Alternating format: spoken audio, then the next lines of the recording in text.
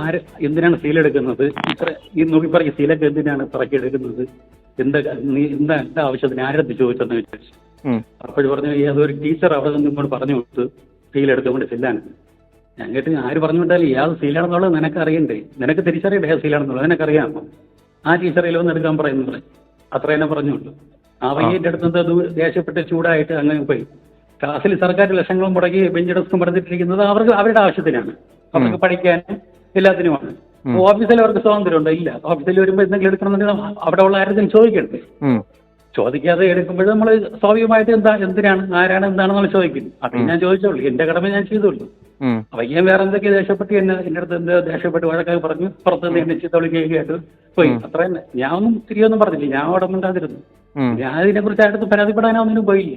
ഇതിപ്പം ഞാൻ രാവിലെ എന്റെ അടുത്താരും പറഞ്ഞില്ല, ഒരു പോലീസ് ഓഫീസർ അന്വേഷണം എന്നൊക്കെ ഇതിൽ എന്റെ അടുത്ത് വിളിച്ചിരുന്നു. അപ്പോഴാണ് ഞാൻ അറിയുന്നത്.